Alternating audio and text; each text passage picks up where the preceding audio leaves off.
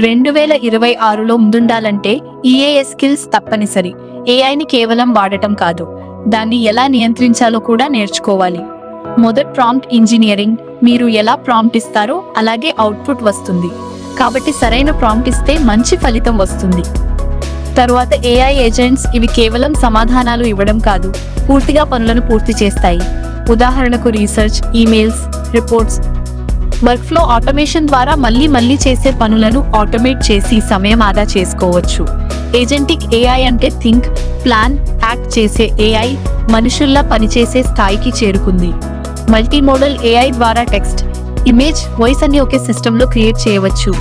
ఇది content creators కి చాలా ఉపయోగపడుతుంది. ర్యాగ్ అంటే ఏఐకి సరైన డేటా ఇవ్వడం, అప్పుడు అది యాక్యురేట్ ఆన్సర్స్ ఇస్తుంది.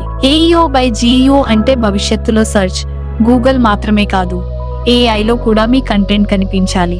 ఏఐ టూల్ స్టాకింగ్ ద్వారా మల్టిపుల్ టూల్స్ ను కలిపి ఒక పవర్ఫుల్ సిస్టమ్ నిర్మించవచ్చు. ఏఐ కంటెంట్ జనరేషన్ ద్వారా బ్లాగ్స్, వీడియోస్ చాలా త్వరగా క్రియేట్ చేయవచ్చు.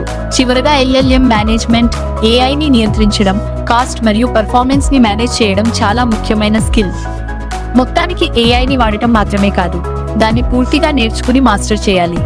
భవిష్యత్తు వేగంగా మారుతోంది, కాబట్టి ఇప్పటి నుంచే ప్రారంభించండి. వేద ఎడ్యూ స్పార్క్ ను ఫాలో అవ్వండి. Don't learn AI, master it.